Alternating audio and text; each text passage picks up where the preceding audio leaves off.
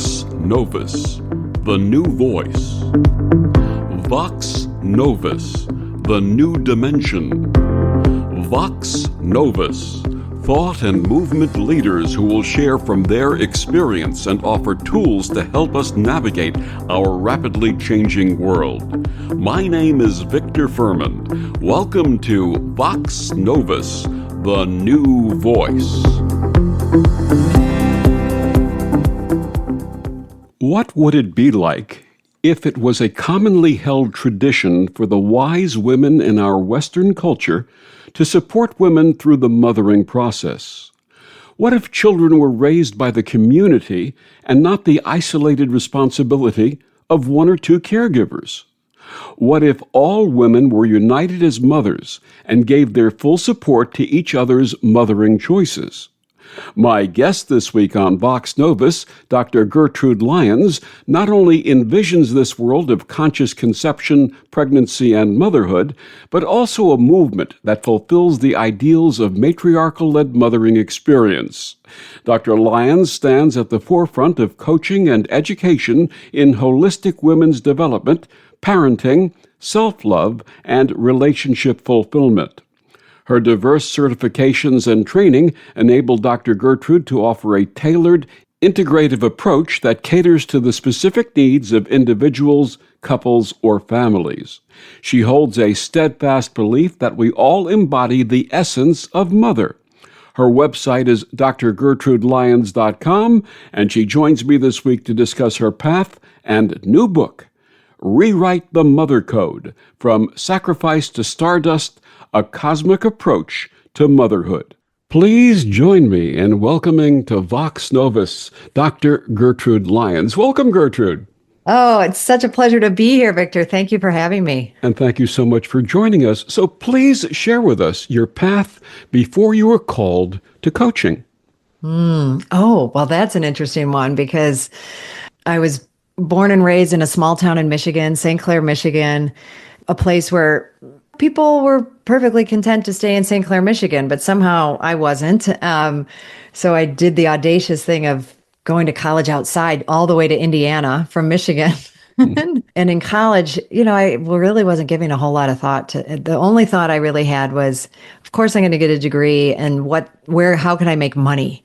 Right. So I got a BBA in finance and accounting and had this inkling toward the end, like, gosh, I'm really enjoying these English classes or these psychology classes. But anyway, carried on and got a job out of college in litigation consulting, doing economic analysis. So that all sounds very fancy, and I guess it is in some way. But what happened was I ended up leaving the big consulting firm and working for an individual who was doing some work in this arena of litigation consulting and personal injury and wrongful death, and valuing in litigation, like the loss of value of life.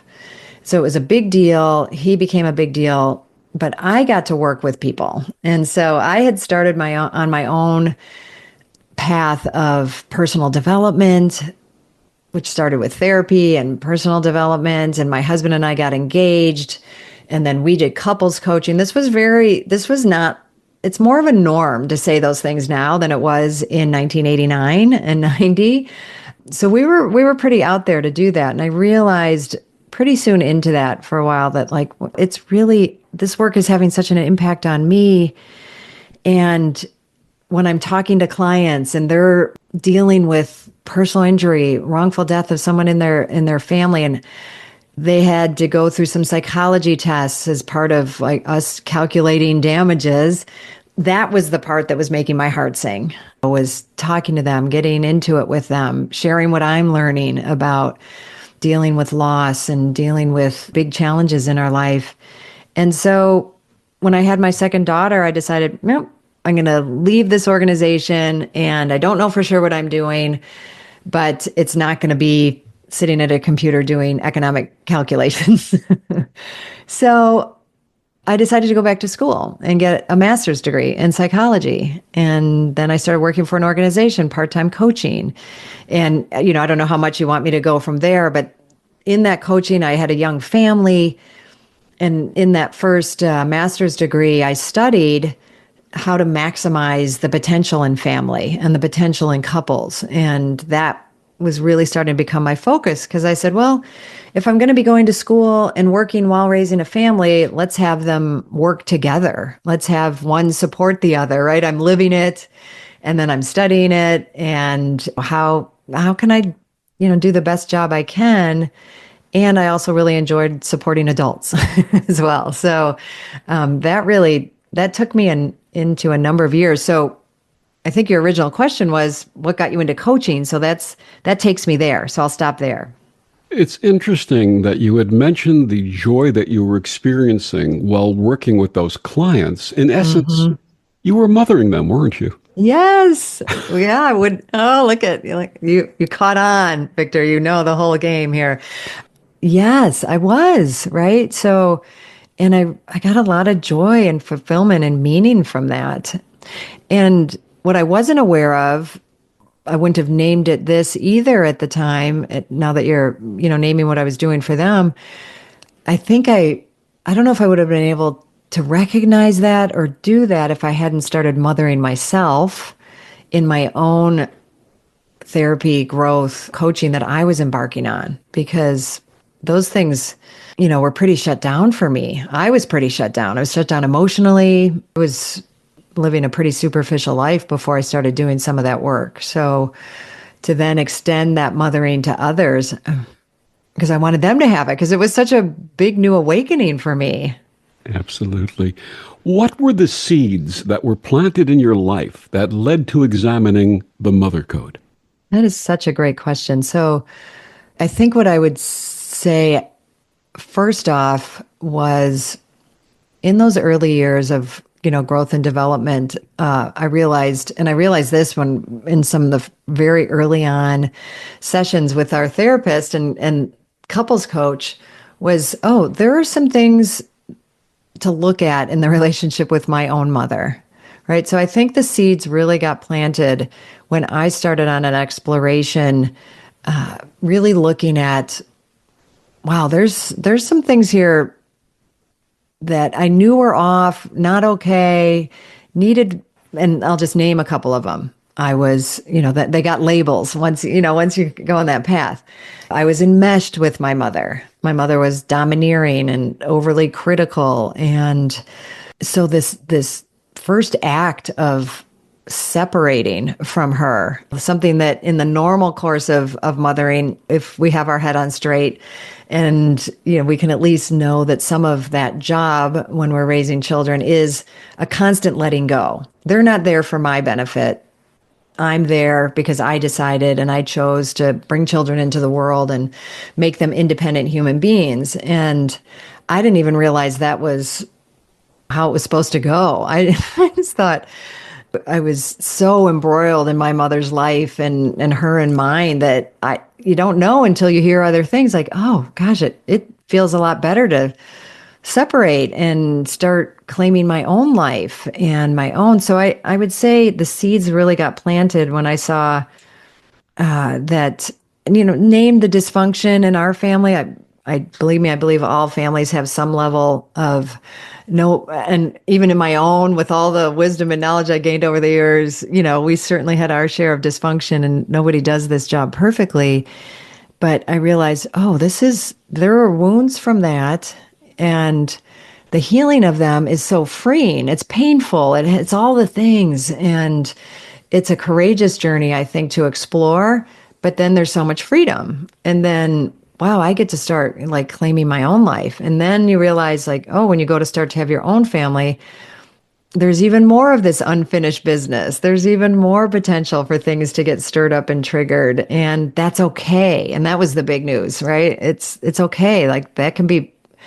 And some of what I propose in my books, it's some of the treasure that we can find if we decide to raise children and mother children, is you're going to have old wounds. You're going to have things pricked all over the place, and not to think anything's wrong with that, but that you can then mother yourself around what those are so that you can then be fully present, fully there with your children because they're not the cause of it. They're just doing their thing. It just happens to, be hitting you in a certain place. So I think the seeds got planted there. Then as we were navigating to starting our own family and then having a young family, I realized, wow, this would be such a different experience if I hadn't done some of that early work. And it's still challenging, even knowing some of that, it's still part of the deal. So I think that's a big part of where the seeds were planted. And to that end, what are some of the top myths surrounding motherhood that you dispel in your book? There are myriad of them, but ones I really wanted to make sure and make prominent. The first one that I think comes to mind, and I know a lot of women struggle with, is that to be a good mother, you put the needs of your children and then after that, a partner or spouse. And then if you have a career, if you're, working outside the home, then that.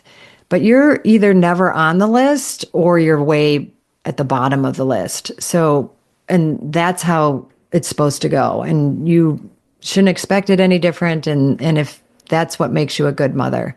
So I really wanted to dispel that myth and have women understand that you taking care of yourself, you mothering yourself, is the best thing that can happen to your family. Even what I said before, it allows you to be more there, more present, but also provides opportunities like growing up with your family.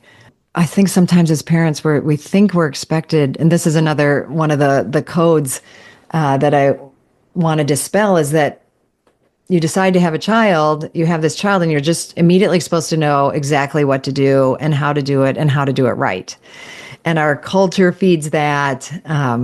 Unfortunately, social media and other ways that is inundated in us. Like, it looks like everybody knows what they're supposed to do, but we've started living in such a more isolated, and we don't really have the community that we had for so long, forever, until the industrial age, really, where you had people around you and you had a community and you had a tribe, if we go back way far.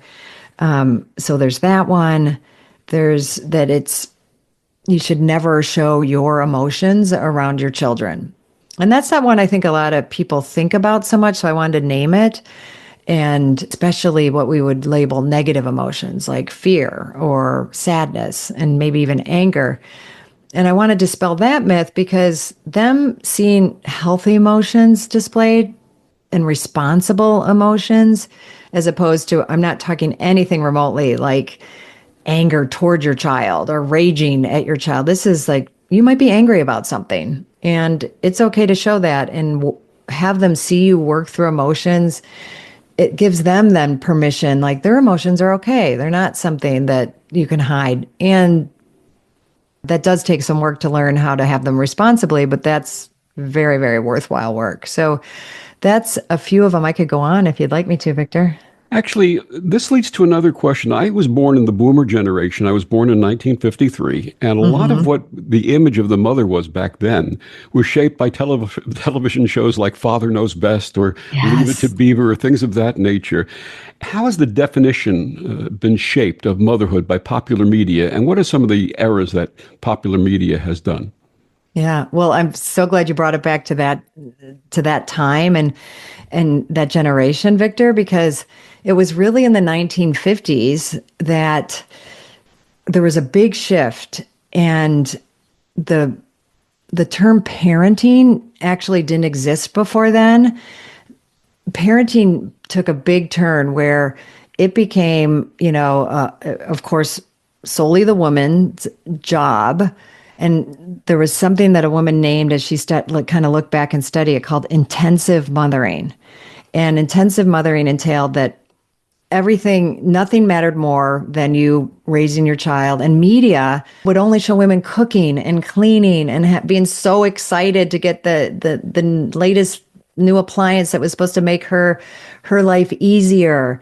And the Leave It to Beaver, where everyone's always happy, so to speak. And there was nothing being shown for quite some time where a woman might work outside the home or hire help, or because she was supposed to do it all. She was supposed to do it all. She was supposed to get all of her joy and satisfaction from it. And that's what was reflected on media in those shows, in the commercials. I just watched The Marvelous Mrs. Maisel, and that had some of it in it. Like, what do you mean you want to do anything outside of be a mother?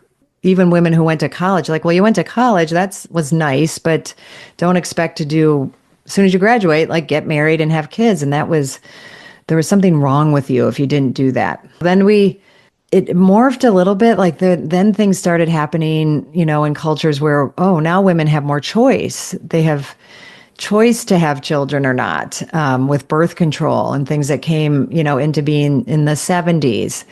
But it was an interesting thing in the 70s because it both like opened the doors for more possibilities and choices for women. But at the same time, this dictate that this is now what started happening in that generation and beyond is your job now is to make the best children you can and form them and get them. It's similar to the 50s, but a little different now, where now we want to get them, kind of mold them like a carpenter. There's an author, researcher, Dr. Alison Gopnik. She wrote a book called The Carpenter and the Gardener. And she talks about some of these phases and how in that phase, we really started the parenting model of the carpenter came into being, where it's like you mold that child, you chisel them into the image that you think they're supposed to be, and what then is also reflected positively in the world. Kind of under the guise of, oh, we're giving our children the best. So you're making them into getting into the best schools, having a career where you're going to make a lot of money. This was what was getting wired into me. Like, those were the most important things. And that's what your job was, to do that. But it was leaving you and the relationship out of the picture. She proposed a gardener concept. And this is what I think we're wrestling with right now. If I skip ahead to now, is there's still a lot of that where women are making more choices to have children, to not have children, to work outside the home, be a stay-at-home mom. But there's still a lot of judgment around them, but women are more and more, and it's what I'm hoping my book helps support, is that if that's the choice that gives you the most pleasure and satisfaction, that's going to be the best thing for your family. This sacrifice and making sacrifices and sacrificing the things that you used to have meaning for until you had kids, but you can do that while you're raising them. And I think the hardest part of the current culture is there's still this air of like, but it should be easy. And gosh, you look on social media and everybody's house is in good shape, and how are they doing it all? I should be able to do it all, so to speak. And, some of the super mom, like running around doing everything, like, well, but do I want to do it all? And are those things that I want to do? And I'm hoping that women can really start asking those questions. And in Rewrite the Mother Code, what are some of the ways that mothering can be brought into the world beyond raising children? Yeah, thank you. When I set out to write this book, I kept being torn. It's like, well, I really want this book because people are always asking you, what market do you want to reach? Who is your audience? I'm like, well, it's all people, but it's all women for sure. And they're like, no, it's too broad. So while I wrote a lot from my experience, and there is a significant part that is about making choices around conception, birth, pregnancy, and those specific, I make this bigger point. I make it at the beginning, and I really work to carry it through, which is the fact that all women mother. We all conceive, create, and give birth to, yes, children, but also ideas and dreams and careers, relationships, our pets. Anywhere we're putting our mother energy, we're mothering. But that the most important person we need to mother is ourselves. So I tie all that together because for a couple of reasons, Victor, if you don't mind, I go on, is I want women to understand, because one of the codes is your purpose on earth is to have children, and anything else you do it's okay, but the only real meaning is having a child. And I really want to underline and have women take in the fact that you're mothering all the time. You're already doing it. And if you want to add the experience of mothering children, after you've explored what that means to you and kind of the bigger why of that, not just because, well, it's what I thought I always wanted to do, that you're mothering all over the place. So I give some specific examples in the book, that mothering careers, for example, that, I had women in some of my workshops who had built beautiful businesses or reached very high up in corporate ladders and still felt like, yeah, well, but none of that matters until I get married and have a baby. It's still there. And I help them explore, like, look what you've mothered. You've mothered a business into being. You mother people to their homes beautiful, as one of them was an interior designer. You have a staff that you're mothering. In the corporate world, like, you're mothering anybody that is in your purview or your clients. If it's that way, we mother our aging parents. My mom, we were saying before we got on, Victor, is 95, and I've really started to see where, and as we've worked through our relationship, I know I talked at the beginning, but we've pretty much have a 180-degree relationship now, where we really can be adult mother-daughter together, and I get to mother her, and I don't think I could have done that had I not done some of that earlier work, in a way that I'm really grateful. I get to care for her. I get to give her love that I think she needs and deserves. And so there's so many beautiful ways. I've just named a few. To that end, we had talked about the fact that the last few years of my mother's life, I became gave mothering to her. Yeah. And a poem came through me called When the Child Becomes the Parent. Can I share that with you? Oh, I would love to hear it, Victor. She gave me life and delivered me into this wondrous world. She took my hand and guided me as the mysteries unfurled. She taught me to be loving, and all the time she smiled. Now the child becomes the parent, and the parent the child. She encouraged me to study and learn all that I could. She taught me to be confident while doing what was good. She urged me to have faith when life's challenges beguiled. Now the child becomes the parent, and the parent the child. She taught me to be compassionate, a most important teaching. She taught me loving kindness. Her gift was future-reaching. As now she needs these back from me, as lost memories are filed. For the child has become the parent, and the parent the child. Oh, Victor, that is so beautiful. Yeah, thank you. Wow. Oh my gosh, thank you for sharing that. And it really tells the story of what the cycle, right? This cycle of our mothering, giving, receiving, and it really is circular, not linear. And I didn't mention that because, mothering is not gendered, when we're talking about it in this way. Thank you so much. It was really beautiful. Thank you. My guest, Dr. Gertrude Lyons, her book, Rewrite the Mother Code from Sacrifice to Stardust, A Cosmic Approach to Motherhood. Gertrude, please share with our listeners where they can get your book and find out more about you and your work. Yeah, absolutely. So you can find everything book related and everything about me on my website, which is www.drgertrudelyons.com. And that's DR, and then my first name, Gertrude, GERTRUDE, Lyons, LYONS.com. So all the info about the book and what I do is there, but to say a couple things, you can also go straight to where you buy books, Amazon, Barnes & Noble, Bookshop, where you can, pick amongst a bunch of bookstores. It's out there and everywhere, which is wonderful. And then you can work with me in coaching. I lead retreats in Mexico and Ireland.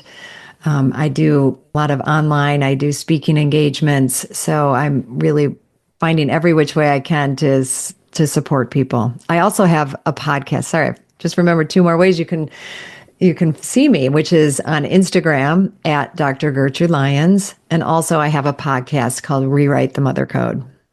Wonderful. And we'll be back with more after these words on the Om Times Radio Network. The cutting edge of conscious radio, Om Times Radio, IOM FM. Om Times Magazine is one of the leading online content providers of positivity, wellness, and personal empowerment. A philanthropic organization, their net proceeds are funneled to support worldwide charity initiatives via Humanity Healing International. Through their commitment to creating community and providing conscious content, they aspire to uplift humanity on a global scale. Om Times, co-creating a more conscious lifestyle. Hello, I'm Sandy Sedgbeer, host of Om Times Magazine's flagship radio show, What is Going Om. My passion is sifting through information, research, and innovations from new thought teachers, speakers, and researchers pushing back the boundaries of what we know about life, energy, metaphysics, and the universe. I love shifting perceptions about who we are, why we're here, and how quickly impossible becomes normal when we open our minds, expand our awareness, and accept that the only limits that exist are those we place upon ourselves. So if you're the kind of forward-thinking, eager investigator of what lies beyond the current reality that most perceive, why not make a date to come play with me in the field of possibilities at 4 p.m. Pacific Time, 7 p.m. Eastern Time every Thursday, and together we can discover what's really going on. Back on Vox Novus, my guest this week, Dr. Gertrude Lyons, her brand new book, Rewrite the Mother Code, From Sacrifice to Stardust, A Cosmic Approach to Motherhood. Gertrude, there's an ancient word in parts of Africa, Ubuntu, which is defined as, I am what I am because of who we all are. When a child is born and presented to the village, the question is raised, whose child is this?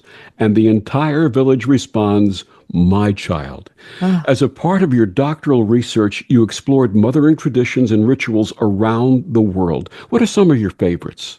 Yeah, well, that's a new favorite, Victor. A lot of what I looked, that is so beautiful. And it also made me sad because that's so much of what we don't have in our culture now is that we-ness aspect. But I was also looking a lot at,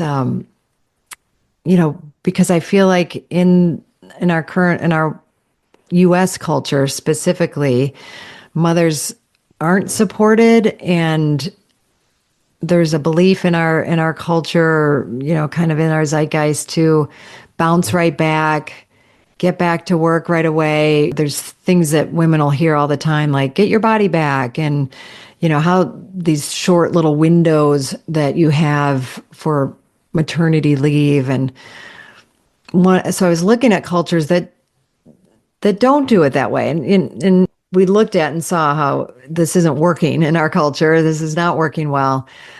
And in so many of them, I saw it in Japan, I saw it in Mexico and in South American cultures where it was pretty consistent in places where it was anywhere from 30 to 40 was often the number. And I think there's a reason for that, that it's 40 days where the mother is just completely tended to. She's given the space and the support from the community to have that time with her baby, right? She's not expected to do anything. It's the focus is on being.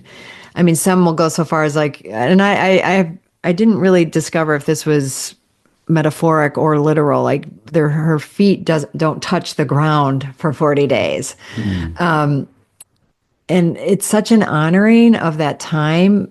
And I think for a number of reasons, one, just physically and everything that a woman and the baby have just went through physically, to have that space and time where you can really just tune in, heal, and focus. But I also, this is in my experience personally, Victor, and belief, and I've seen it a little bit in some of the cultures where the veil is very thin, so to speak, at that time.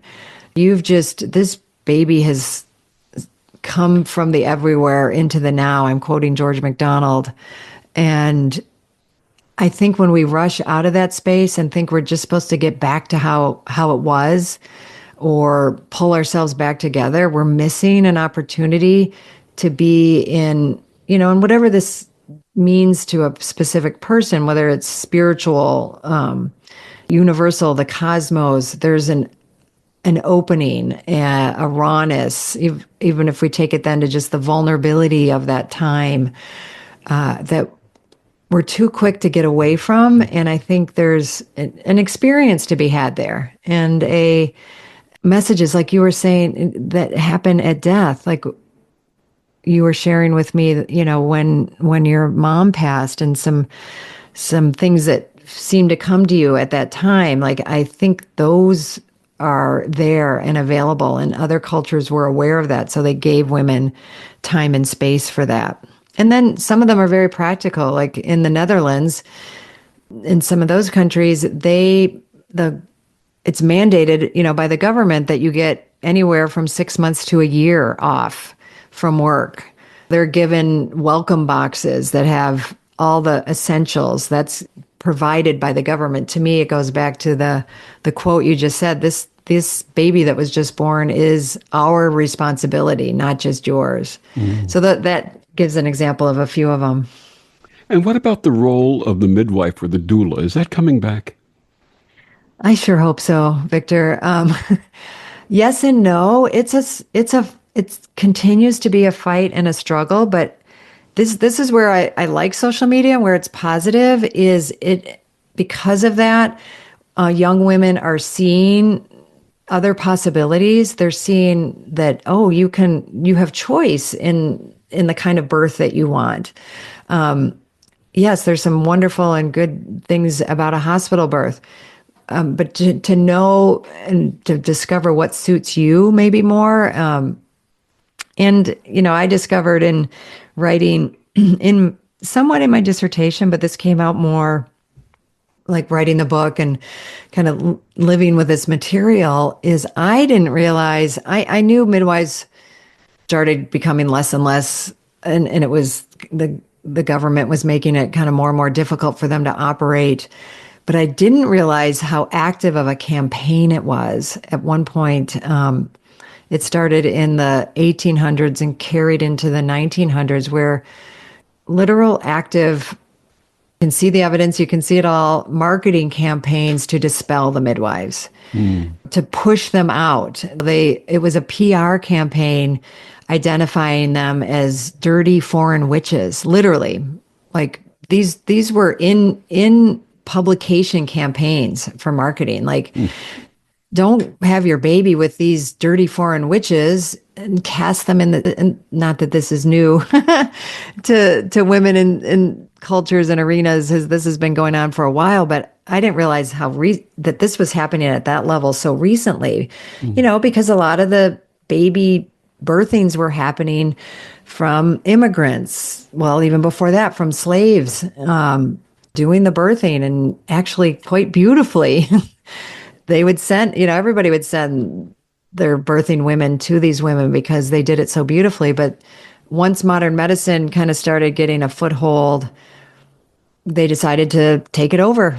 And everywhere from marketing to saying that safer, you're better, it was more upscale to go to a hospital. So the midwives tried to get themselves like licensed, get ways that they could be accredited, and that was a huge fight. So just to be perfectly honest, Victor, the medical paradigm kind of has squashed it, and still has a voice, but it's still a pretty quiet voice. But I do feel like it's starting to get heard more and more. I do think it's starting to shift.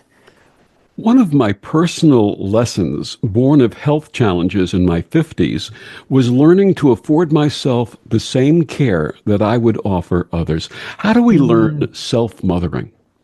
Oh, I love how you phrase that for yourself. That is so beautiful, because it is a, and I'm going to call it a relearning, Victor, kind of a reawakening, because I don't think it's always been this way, where it's so hard for a woman or people to give themselves permission to mother themselves. And I haven't actually said this until I just now thought of it, mothering with a big M and a little m. because the little m to me it's even hard for women to maintenance. The maintenance things are the little m, like when they have newborns, getting a shower, getting fed, getting just some of your basic maintenance done, to the big M of advocating yourself in healthcare situations, using your voice and understanding that you have a voice, even though it might not seem like it. Those all fall under the realm of self-mothering. And I don't know details about everything you went through, Victor, in your health challenge, but a really big part of self-mothering is acclimating to first your inner voice. What is it? What feels right, doesn't feel right about the care or the advice I'm getting from the outside, right? Mm-hmm. Learning to measure and discern and research for yourself, and not assume that just because, I'll say this for myself, someone has DR next to their name, a doctor, and this is their profession, that they know everything. I'm hoping I'm encouraging women to discern for themselves, and I want to open possibilities, but it's this discernment and awareness that how you feel and what's going on inside you. And that might be a skill you need to develop and foster for yourself to really have access to it.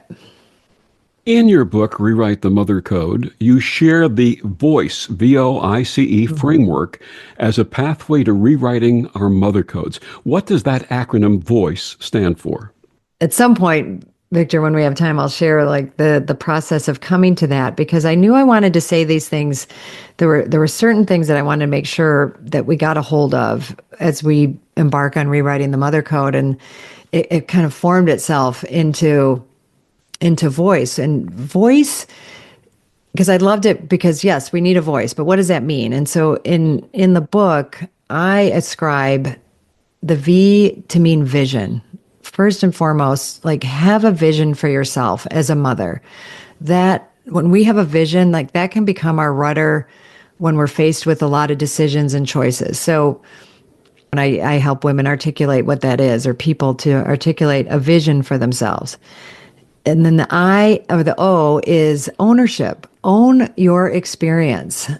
And that it's take responsibility for your satisfaction, for your clarity, for the kind of experience that you want. And that can be everything from, we're recording this and Mother's Day is around the corner. I'm always encouraging women, own Mother's Day for yourself. Like, how do you want to be mothered on that day? And if you want to be surprised and have them create something for you, own that as your choice. I is for intuition. Really, how do we, as we've been talking about earlier, tune in and honor that we have an intuitive sense. Our body is giving us messages and giving us so much data that our culture has made it very easy to tune out. So get back in touch with this intuitive sense that you have. C is for culture. What is the culture you have around you and that you want to create? I kind of ascribe to that a culture of community, because right now, motherhood and mothering in our current culture is one of isolation. And how can we expand that to bring in community? And then E is engagement. All of these things that I said before this, we have to, they can't just be good ideas. We have to engage with them. We actually have to take steps toward making these things real and possible in our lives. In your book, you offer a class. It's called Mother Code 101, 4 Steps to Crafting the Mother Code. Please share that with us. Yeah, absolutely. So the steps go, well, first I ask women to make an agreement, and make agreements as you embark on writing your own mother code, to be honest, to be open, to be willing to explore the full territory of your upbringing. And sometimes there's a lot of taboos around that, to say things or to even start thinking things that maybe you didn't like about it. And to do that without blame and to take responsibility. So make that agreement, and then start exploring what you did and didn't like about, because we're wired. The whole mother code too is, we're wired by our families. We're wired by our cultures for our beliefs and how we operate. So just as a initial step to start exploring what that is to uncover what make two lists. What did I like about how I was mothered, the mothering I saw around me and in my culture? What didn't I like? There may be ways I felt unseen. There was some misalignment, some dysfunction, and just name what some of those are. Emotions might come up. This might stir things up, but you can also keep it very cerebral if you like. So you have that list. Now translate all those likes and dislikes into values, principles, desires, right? So I may not have I didn't like it that my mom didn't take me to and from school or to my activities. But the value in that, or what I actually desired, was connection. I wanted more connection with her, or to have, so it wasn't so much about so when I have a kid, then I'm going to make sure I take them to school like that. It really, because you may take them to school and be on your phone the whole time, right? It doesn't, but you're really honoring values. So you do that with the list. You look at each one, assign values, and as I said, and then out of that, you sort through them. Pick 3 to 6 that most resonate with you. Yes, those are the things. Those are what I want to put my stake in the ground about, and what I want to be about, and what I think.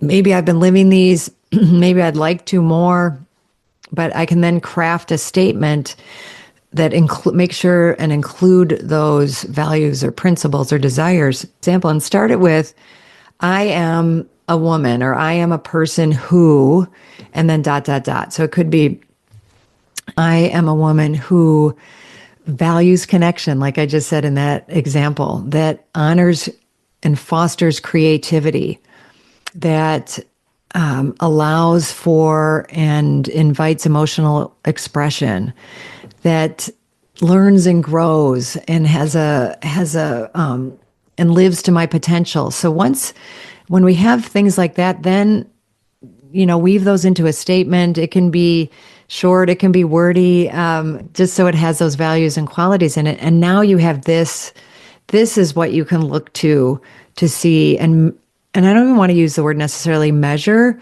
but you have that there as a guiding light, a North Star, so to speak, a way to look at how am I doing with those? And when I need to make a decision, am I following my intuition? Because that's in my mother code statement, right? I'm continuing to explore and learn and grow. So those are the 4 steps that then lead to, and I have do's and don'ts in there too, make them positive. We can't do don'ts. So I advise people to not say, I'm going to not be critical, right? Well, what am I going to be? I'm going to be open-minded. I'm going to be curious, right? So, being more positive and leaving words out of a statement that say, I'm going to try. You want to really own it and have it be something that, isn't vague. It isn't, well, I might do this, or I want to, and leave out some of that language to really have it feel solid. Positive affirmations. My guest, Dr. Gertrude Lyons, her new book, Rewrite the Mother Code. We'll be back with more after these words on the Om Times Radio Network. Humanity Healing International is a small nonprofit with a big dream. Since 2007, HHI has been working tirelessly to bring help to communities with little or no hope. Our projects are not broad mandates, nor are they overnight solutions, but they bring the reassurance that no one is alone and that someone cares. To learn more, please visit humanityhealing.org. Humanity Healing is where your heart is. So I'm a cat, and I just moved in with this new human, and she's got this little toy she's always playing with, all day long. Tap, tap, tap, tap, bloop, bloop. She can't put it down. There it is. Oh, and get this. She even talks to it. Last week, she asked it for Chinese, and guess what? Egg rolls showed up. Like magic. Humans have cool toys. A person is the best thing to happen to a shelter pet. Be that person. Adopt. Brought to you by the Ad Council and the ShelterPetProject.org. Hi, this is Bill Maher. I can find humor in almost anything, but one thing I never laugh about is cruelty to animals. If you don't get the joke either, write People for the Ethical Treatment of Animals, 501 Front Street, Norfolk, Virginia, 23510. Hey, Dad, your prescription will be ready in just a minute. Hey, Dad, your laundry will be ready in just a minute. Dad, your lunch will be ready in just a minute. Hey, honey, why don't you take a minute? When you help care for a loved one, you give them as much time as you can. But it's just as important to take time for yourself. AARP can help. Find free care guides to support you and your loved one at aarp.org/caregiving. That's aarp.org/caregiving. Brought to you by AARP and the Ad Council. We asked parents who adopted teens to share their journey. I think my biggest challenge was getting through to him to understand that love is real and you have goals in mind, you have things that want to happen, and I want to help you get there.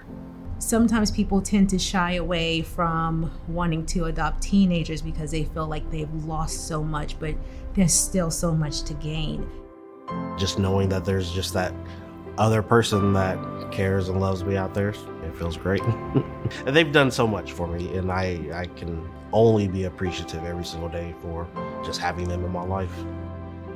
I think it's been the best decision because I gained a son, and he's the best son ever. If I was down and out, he'd be there. Learn about adopting a teen from foster care. You can't imagine the reward. Visit adoptuskids.org to learn more. A message brought to you by Adopt US Kids, the U.S. Department of Health and Human Services, and the Ad Council. Back on Vox Novus, my guest this week, Dr. Gertrude Lyons, her book, Rewrite the Mother Code, From Sacrifice to Stardust, A Cosmic Approach to Motherhood. Gertrude, you share that motherhood is a portal. Please explain.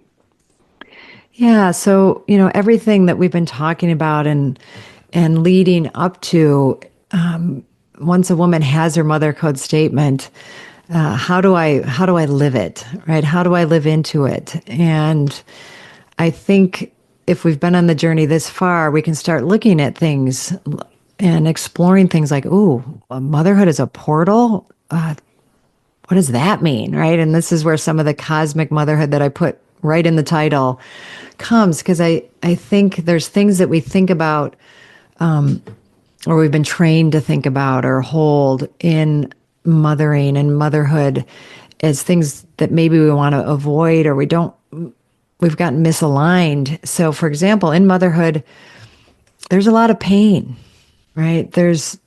Birth is painful. Our body goes through something that elicits physical pain. And we've been trained and taught to believe that, the best thing to do with that pain is to shut it down. And so it's something that ultimately then ends up disempowering us, which so many of these codes and beliefs do. And we've learned over time to feel like no matter what, pain is bad. So, I'll just put it plain and simple, pain is bad. But if we're starting to look at motherhood as a portal and mothering as a portal, and this is something I name in the book as a cosmic code, is that pain is a portal.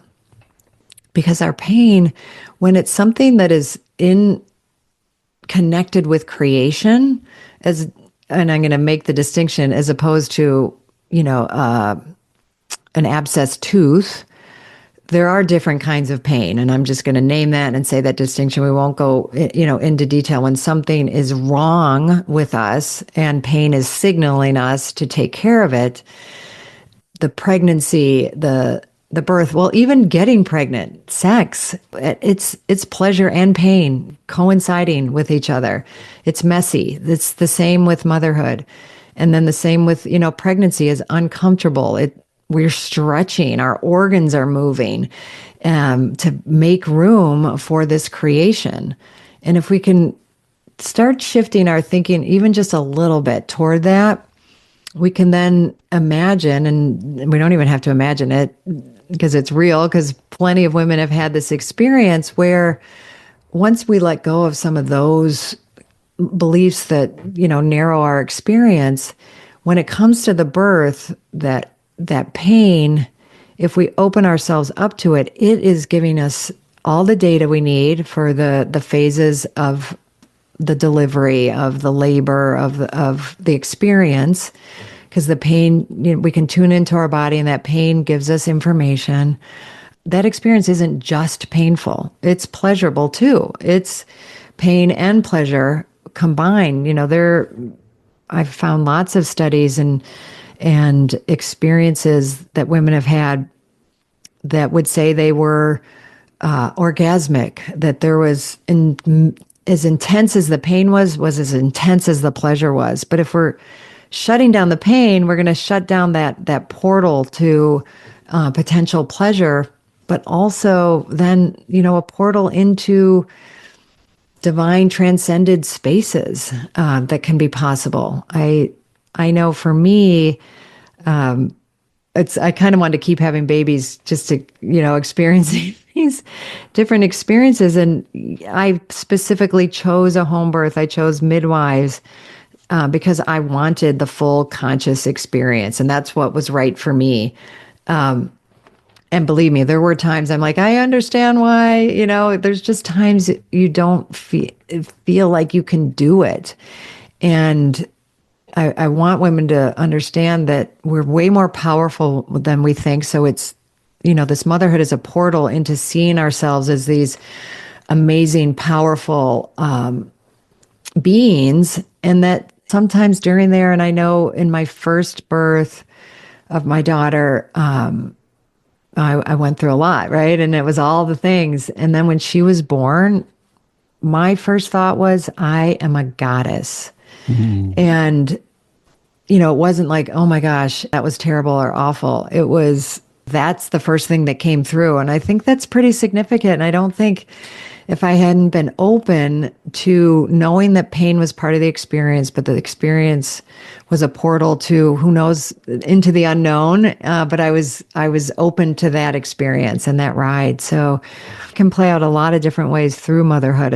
I think it's a portal into knowing ourselves more, into our own transformation, into our own discovery, into a portal into awe and awesomeness, and being able to see that and then know that that's the experience, and that if I can do that and get that kind of experience from the birth, it's maybe more likely than throughout my motherhood to know that that's available and possible, instead of like, I can't do it, it's too hard, but that we can do it.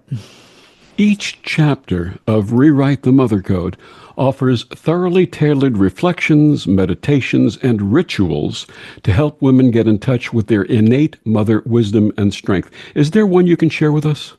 Oh, well, thank you for that invitation. I would love to share one of them. And there's one, well, I like them all. They're all my children and they're all favorites. But there's one called Star Ritual. Is it okay if I read that one? Please do. Okay, great. Well, and as I read this, if you're in a place that you actually can kind of tune into it and drop everything and be with it, I invite you. Otherwise, just listen as you are. So, Star Ritual. Just as there are an infinite number of stars in the sky, every person's experience of mothering is unique and perfect for them. Does one star look across the vastness and seek to be like another? I cannot imagine this to be true. Under the night sky, or in your imagination, seek a star that draws your attention. Marvel at its distant light, imagining all the nights it has watched over. Hold a wish or intention in your heart, something for yourself, your child, or your future. With a gentle whisper, send your wish to that star, believing it will carry your hopes into the vastness of the universe. As you gaze at the stars, feel a deep connection to the infinite, knowing you are part of something greater. Conclude with a quiet affirmation. As the stars shine brightly, so does my love and hope for the future. And let this connection bring you awe and comfort.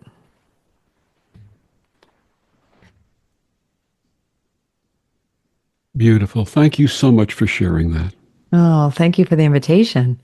My guest, Dr. Gertrude Lyons, her new book, Rewrite the Mother Code, From Sacrifice to Stardust, A Cosmic Approach to Motherhood. Gertrude, one more time, please share with our listeners where they can get your book and find out more about you and your amazing work. For sure. Well, you can hop on Amazon and whoever your favorite bookseller is online and grab it now. You can go to my website, www.drgertrudelyons.com. And the doctor is Dr. Gertrude, Gertrude, Lyons, Lyons.com. And I will say, if you pre-order the book and you're getting it before it comes out on the 13th, and then I'll be sharing this as well even after the book is out. But I did put up there as pre-order bonuses. The reflection that I just shared, I have some of them up online. And if you just share, there's a way that you'll see on my website that if you share you bought the book, we will send you those meditations that have been beautifully put to music and some visuals. Wonderful. Gertrude, thank you so much for joining us and sharing this very, very important message, especially in the world as it is today. You're so welcome, Victor, and thank you so much for having me on. And thank you for joining us on Vox Novus. I'm Victor, the Voice Furman. Have a wonderful week.